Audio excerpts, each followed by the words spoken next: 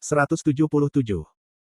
Kisah Chok Jungyong memenuhi seluruh tubuhku, sementara kisah Chok Jungyong yang tersebar melalui Starstream mulai berkumpul.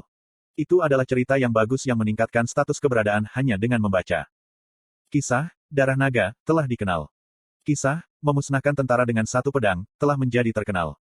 Cerita, Battlefield Slaughterer, telah dikenal. Dia adalah pria yang kuat sejak lahir. Ia dilahirkan dengan garis keturunan naga. Chok Jungyong. Chok Jungyong telah muncul. Petik 2. Dia memotong 36 musuh sendirian. Petik 2. Dari saat kelahiran Chok Jungyong sampai sekarang. Dia tidak tahu tentang skenario, tetapi dia mendengar cerita yang merupakan bagian dari skenario. Kisah, diasingkan dari skenario, telah dikenal. Dia terlalu kuat, mengasingkannya dari skenario ini. Gunakan segala cara yang mungkin untuk mengirimnya ke dunia lain.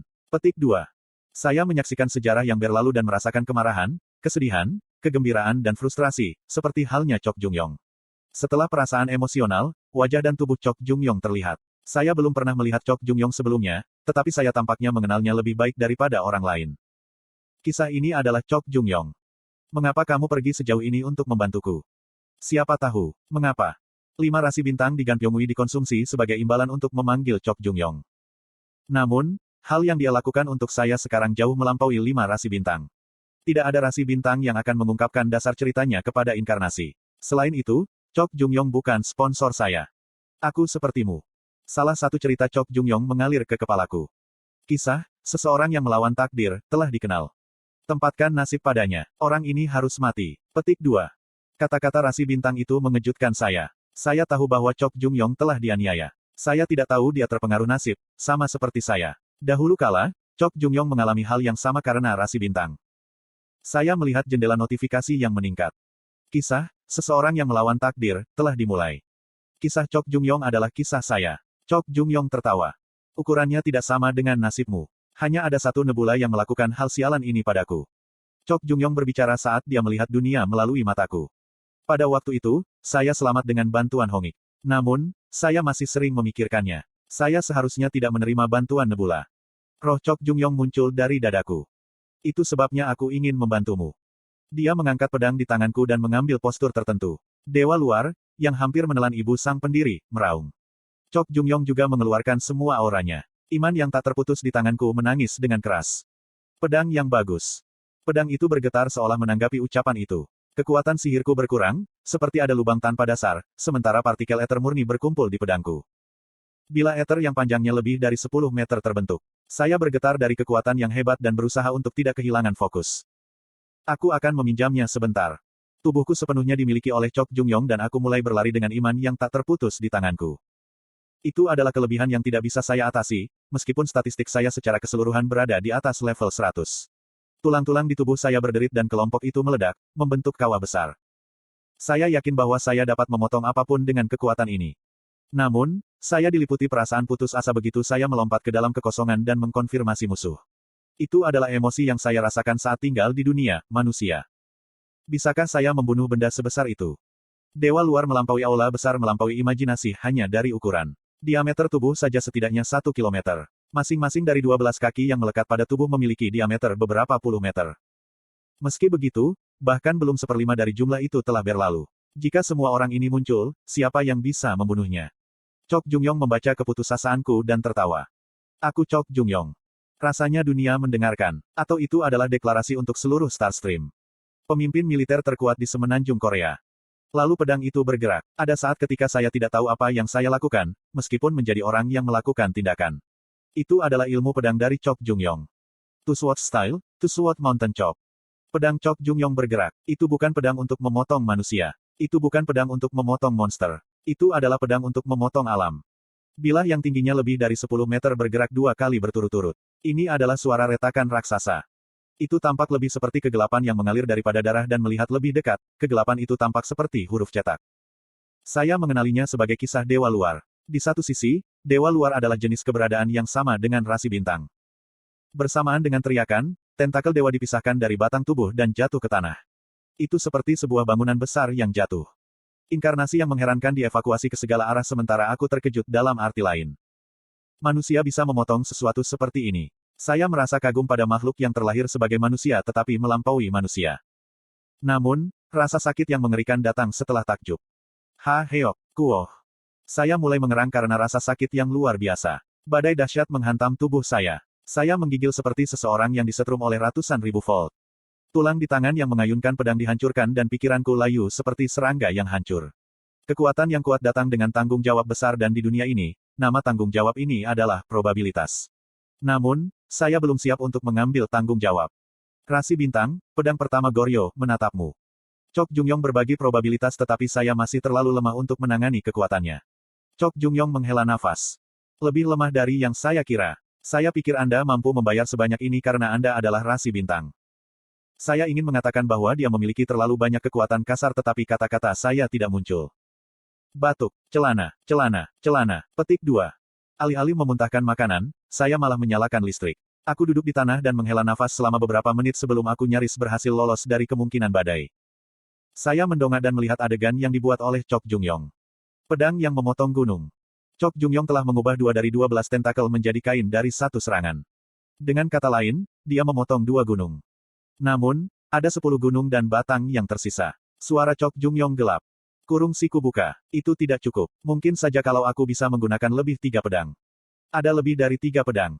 Aku belum menggunakannya tetapi dalam situasimu, aku ragu aku bahkan bisa menggunakan 3 pedang. Aku menggertakkan gigiku. Kecepatan memanggil dewa luar semakin cepat. Bahkan jika skala probabilitas telah hampir disesuaikan, pemanggilan berlanjut dan sepertinya marah karena pukulan itu. Apakah ada cara untuk bernegosiasi dengan pria itu? Negosiasi. Bagaimana Anda akan bernegosiasi dengan itu? Itu juga dewa. Chok Jungyong memperhatikan niatku dan memotongku. Jika kamu mencoba menyelamatkan ibumu, menyerahlah. Ini adalah situasi di mana bayangan ibu pendiri dimakan. Jiwa ibumu akan sudah tersebar. Itu belum terjadi. Dewa luar tidak memakan mangsanya seperti itu. Petik 2. Kedengarannya kamu sadar akan dewa-dewa luar.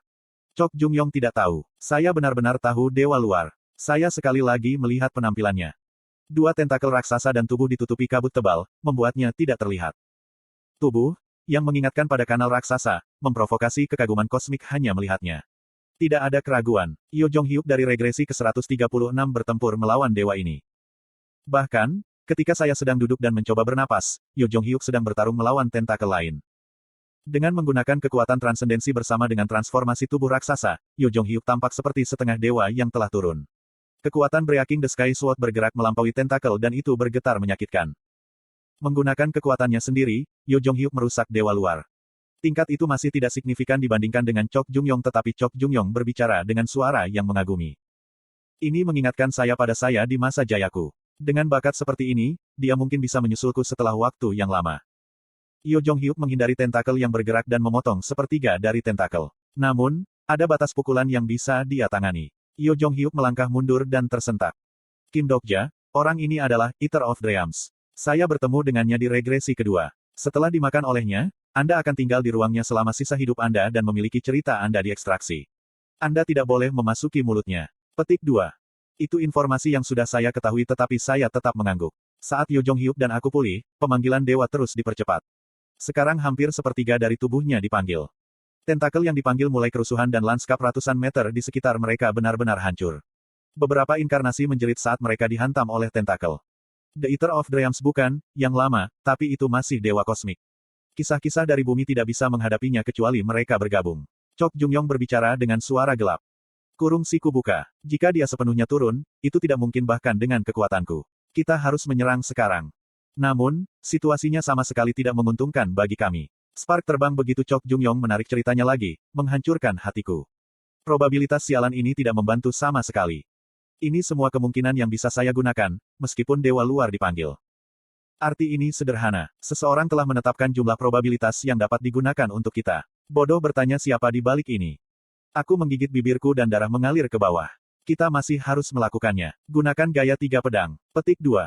Kehadiran Anda mungkin hilang jika saya menggunakannya. Ini satu-satunya kesempatan. Yo Jong-hyuk, bergabunglah denganku kali ini. Petik 2. Yo Jong-hyuk mengangguk. Sekali lagi saya mulai berlari dengan iman yang tak terputus di tangan saya. Percikan probabilitas terbang dengan setiap langkah yang saya ambil. Apakah itu mungkin? Saya tidak tahu. Kali ini aku mungkin benar-benar hancur oleh badai probabilitas. Tetap saja saya harus melakukannya. Saya selalu melakukannya dan itu akan sama lagi. Kuhyok. Bahkan sebelum saya bisa menjalankan 10 langkah, probabilitas meraih pergelangan kaki saya lagi. Kali ini, mundurnya lebih besar. Seperti yang diharapkan, itu tidak mungkin sendirian. Saya membutuhkan bantuan seseorang tetapi siapa yang dapat membantu saya sekarang? Itu berbeda dari waktu dengan tahta mutlak. Rasi bintang yang mencoba membantu saya sekarang akan menjadi musuh dengan nebula besar. Rasi bintang, Dewa Perang Maritim, menatapmu. Jumlah bunga api di sekitar saya secara bertahap berkurang. Duke of Loyalty and Warfare, Yi Sun-shin. Dia memimpin rasi bintang kelas atas semenanjung Korea dan berkontribusi pada probabilitas saya. Chok Jung-yong sedikit tersentuh. Duke of Loyalty and Warfare. Ada sebuah cerita bahwa kamu lebih mungkin menjadi kelas naratif daripada aku. Rasi bintang, Dewa Perang Maritim, mengangguk ringan. Baiklah, baiklah. Cerita-cerita ditambahkan. Apakah ada lagi? Apakah tidak ada lagi rasi bintang yang cukup berani untuk menghadapi dewa ini? Langit diam. Selain Duke of Loyalty dan Warfare, tidak ada orang lain yang mengambil risiko saya. Kemudian raungan marah Chok Jung-yong muncul. Botak, ayo cepat dan bantu. Bukankah Anda seseorang yang memperjuangkan keadilan? Rasi bintang, Jenderal Keadilan, menundukkan kepalanya. Brengsek bermata satu sialan, apa yang kamu lakukan? Rasi bintang, One Eye Maitreya, memegang erat penutup matanya. Chok Jung-yong berteriak ke arah dunia, tanpa khawatir tentang kemungkinannya yang terbuang dan statusnya sedang rusak. Kalian semua bersembunyi bahkan dalam situasi ini. Bukankah Anda rasi bintang, umum, Maitreya, Raja, Anda tidak pantas disebut ini. Rasi bintang semenanjung Korea diam pada kata-kata pedang pertama Goryo. Namun masih belum ada rasi bintang yang bergerak. Pada saat ini, sosok terhuyung di kejauhan. Wanita itu bernapas dengan kasar ketika dia menjangkau ke sisi ini. Itu adalah Min Ji-won. Untungnya, dia masih hidup. Rasi bintang, Lady of the Brocade Sleep menatapmu. Kemudian sebuah pesan terdengar. Rasi bintang sila mendukung probabilitasmu. Rasi bintang sila membantu saya. Itu adalah tingkat bantuan sederhana tetapi mereka masih rasi bintang. Nebula, Veda, terasa dendam terhadap Lady of the Brocade Sleep episode. Rasi bintang, Lady of the Brocade Sleep, kelelahan karena probabilitas yang berlebihan dan telah tertidur lelap. Sebuah rasi bintang yang menutup mata mereka berarti mereka telah menderita kerusakan signifikan pada keberadaan mereka. Meski begitu, kehendak Lady of the Brocade Sleep tampaknya telah mempengaruhi rasi bintang lainnya di semenanjung Korea. Saya merasakan sensasi menusuk ketika mata mulai berkumpul pada saya. Konstelasi, Botak Jenderal Keadilan, mengatakan dia tidak peduli dan menatapmu. Itu dimulai dengan Samyongdang. Rasi bintang, Maitreya bermata satu, menatapmu dengan setengah mata. Rasi bintang, Raja Hengmu Agung, bersumpah saat dia melihatmu. Rasi bintang, spiritualis pertama Joseon menghela nafas dan melihatmu. Percikan yang menyelimuti saya berkurang dalam sekejap. Itu akhirnya berubah menjadi kemungkinan probabilitas. Nebula, Olympus menyatakan bahwa Dewa Perang Maritim adalah musuh.